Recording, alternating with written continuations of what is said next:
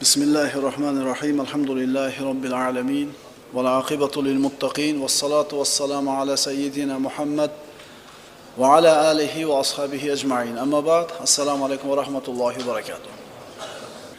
Hal yastawiyan. Bu ikkisi barobar bo'lurmi deb nomlanadigan darsimizni bugun 22-si. 22-dars rostgo'ylik va yolg'onchilik. Insondagi eng go'zal sifatlardan rostgo'ylik. Undagi eng qabih, razil sifatlardan yolg'onchilik, kazzoblik. Iymon u rostgo'ylikka bog'liq. Endi kufr esa yolg'onchilikka. Nifoq ham yolg'onchilikka boradi. Iymonning asli ochiqlik, rostgo'ylik. Shuning uchun payg'ambarimiz sollallohu alayhi vasallam munofiqning belgilarini sanab o'tganlarida birinchisi aytganlar: "Iza hadasa kadaba." Gapirsa yolg'on gapiradi. Bu munofiqlarning alomati. Mo'minlar doim rostgo'y bo'ladi. Mo'min odam baxillik qilib qo'yishi mumkin, qo'rqoqlik qilib qo'yishi mumkin. Bu narsalar tabiatida bo'lishi mumkin. Ya'ni bu sifatlar kishini mo'minlikdan chiqarmaydi. Payg'ambarimiz sollallohu alayhi vasallamdan so'rashgan edi: "Mo'min odam baxil bo'lishi mumkinmi?" Baxil bo'lishi mumkin. Qo'rqoq bo'lishi mumkin. Qo'rqoq bo'lishi ham mumkin. Ya'ni bu ikkala sifat razil sifat, lekin iymondan chiqarib olmaydi. Ayakunu mu'minu kazzaban. Mo'min yolg'onchi bo'ladimi deb so'raganlarida Rasululloh yo'q deb javob berdilar. Payg'ambarimiz aytganlar: "Mo'min har qanday sifat bilan sifatlanishi mumkin. Tabiatida har qanday yomon sifat bo'lib qolishi mumkin. Faqatgina ikkita sifat mo'minda bo'lmaydi hech qachon. Al-kid val xiyana. Yolg'onchilik va xiyonatkorlik. Bu ikkala sifat hargiz mo'minda tabiatida bo'lmaydi." Payg'ambarimiz sollallohu alayhi vasallam siz bilan bizni rostgo'ylikka undarkanlar aytadilar. Muttafaqun alayh bo'lgan hadis: "Alaykum bis-sidq, fa inna-s-sidqa yahdi ilal bir, va innal birra yahdi ilal janna." Rostgo'ylikni o'zingizlarga lozim tutinglar. Albatta rostgo'ylik faqat yaxshilikka yetaklaydi. Yaxshilik esa jannatga yetaklaydi. Rostgo'ymi? Demak bu odamda xayriyat bor. Alloh taolo bilan bo'ladigan muomalamizda rostgo'y bo'lishimiz. Rasululloh sollallohu alayhi vasallam bilan bo'ladigan muomalamizda rostgo'y bo'lishimiz. Odamlar bilan va o'zimiz bilan o'zimiz qiladigan muomalamizda rostgo'y bo'lishimiz kerak. Rostgo'ylikning avvali xayriyat, oxiri albatta jannat. Va ma yazalu ar-rajulu yasduqu va yataharra as-sidqa hatta yuktabu indallohi siddiqan. Rasululloh aytadilar, bir kishi rostgo'y bo'ladi, rost gapiradi. Rostgo'yligida davomiy bo'ladi, duo etib boraveradi rostgo'yligida. Alloh taoloning huzurida siddiqlardan deb yozib qo'yiladi. Naqadar go'zal, birodarlar. Robbingiz huzuringizda sizni siddiq deb chaqirishligi. Alloh taoloning huzurida bandalarning sifati bor. Falonchi namozxon, falonchi bir ihsonlik, qo'l ochiq inson, falonchi yana bir yaxshi sifat. Endi siddiq degan laqabni olishingiz qanday zo'r narsa bo'ladi? Alloh taoloning huzurida. Va iyyakum val kadib. Payg'ambarimiz aytdilar, yolg'onchilikdan ehtiyot bo'linglar. Fa innal kadiba yahdi ilal fujur. Yolg'onchilik faqat fujur, gunohga yetaklaydi. Va innal fujura yahdi ilan nar. Gunohlar jahannamga yetaklaydi. Qarang, yolg'onchi odam gunohlarga ketadi, gunoh jahannamga boradi. Demak, yolg'onchilik qayerga borar ekan? Yolg'onchilik har qanday zamonda, har qanday makonda, har qanday xalq orasida eng razil, yomon deb odamlar tomonidan tan olingan. Va ma yazalu ar-rajulu yakzibu va yataharra al-kizba hatta yuktaba indallohi kazzaban. Endi bir kishi xuddi sekin rostgo'y bo'lib, siddiq bo'lib ketganidek, sekin yolg'on gapirib kazzob bo'lib ketadi.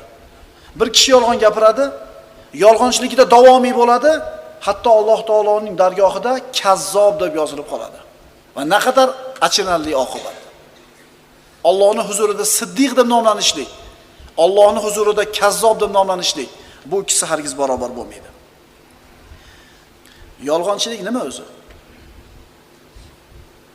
Yolg'onchilik o'zi nima? Aytayotgan so'zingizni voqelikka to'g'ri kelmasligi. Ya'ni yomg'ir yog'yapti dedingiz, o'zi yog'mayapti. Voqelik boshqacha, siz gapingiz boshqacha. Shu yolg'onchilik deyiladi. Choy ichib olasizlarmi? Yo'q, choy ichib keldik.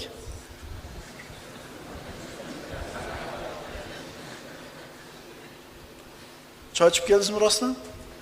Yo'q, demak siz yolg'onchisiz.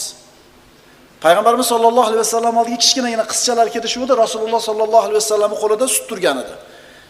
Sutdan ichinglar dedi, haligi qizchalar hayo qilishib, Rasulullohga bir haybati bosib, "Ya Rasululloh, ichkimiz kelmayapti" deydi.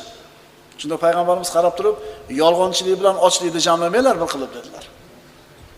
Hali ko'ngil uchun aytib qo'yamiz, mana qilamiz, "Ya biz hozir qonimiz to'q." Yolg'on. Yolg'on. Yolg'onchilik bilan ochlikni jamlamanglar dedilar Rasululloh sollallohu alayhi vasallam. Demak, yolg'onchilik nima ekan?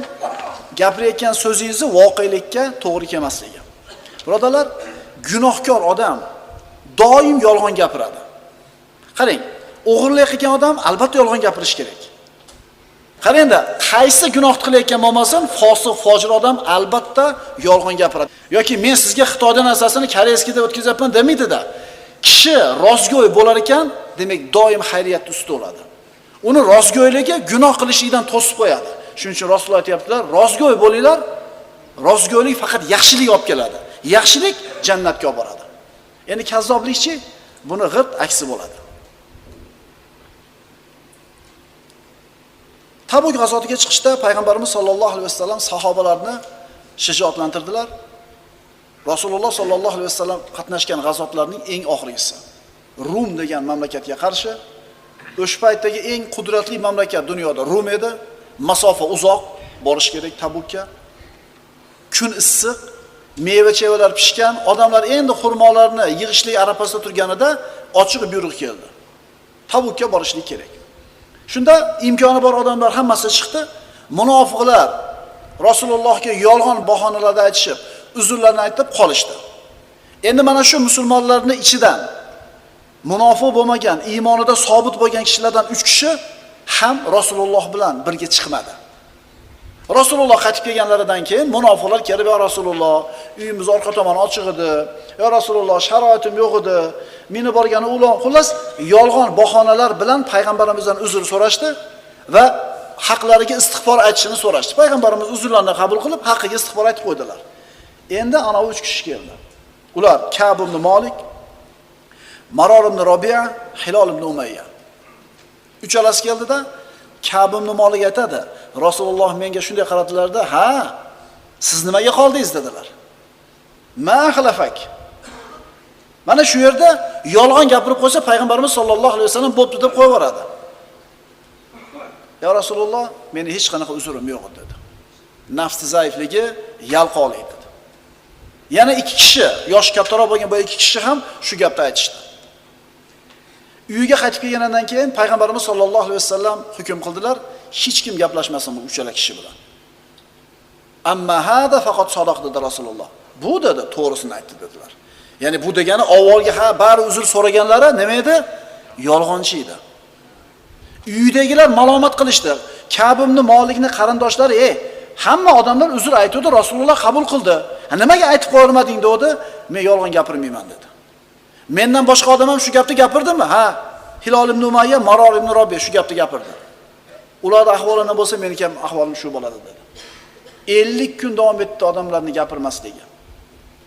Hatto keyin buyruq bo'ldi, ayoli o'zining oilasiga borib turish kerak. Hatto ayoli ham uyda ozgina xizmatini qilib turgan edi. Hatto ayoli ham gapirmayotdi. Endi ayolini payg'ambarimiz uyga ketishligini buyurdi. Oqibati nima bo'ldi? Birodarlar, bitta yolg'onini, bitta zaifligini, o'zini nafsini yenga olmaganligini yolg'on gapirib yopib qo'yishi mumkin edi. Lekin bular rost gapirishdi. As-sidqu manjat. Rostgo'ylik insonni najotga yetkazadi. Keyin Alloh taolo ularning tavbalarini qabul qilganligi haqida oyatlar nozil qildi. Alloh ularni kechirdi. So'ngra aytdi: "Ya ayyuhallazina amanu ittaqulloha va kunu ma'as-sodiqin." Ey iymon keltirganlar, Allohdan qo'rqinglar va sodiq, rostgo'ylar bilan birga bo'linglar. Hamma gapiryapti-da, yolg'onda. Hamma qilyapti-da, tarozdan urishdi. Hamma qilyapti-da, sutga suv qo'shiladi. Atrofingizdagilar bari o'shanaqa bo'lsa, siz ham o'shalardan yuqtirasiz. Alloh taolo buyuryapti: "Ey iymon keltirganlar, Allohdan qo'rqinglar va rostgo'ylar bilan bo'linglar." Atrofingizdagilarning rostgo'yligini ko'rganingizda bu yuqadi sizga. Xuddi yolg'onchilik undan nima bo'lgandek, yuqqanidek. Sinig'idan boshqasi ularni avf qilinishiga rostgo'yligi sabab bo'ldi. Mana endi qarang, hozirgi kunda qarasangiz, ayrim kofirlar, g'ayri dinlar rostgo'ylikda shunday o'zlariga prinsip qilib ushlaganki, o'zining zarariga bo'lsa ham to'g'ri gapiradi.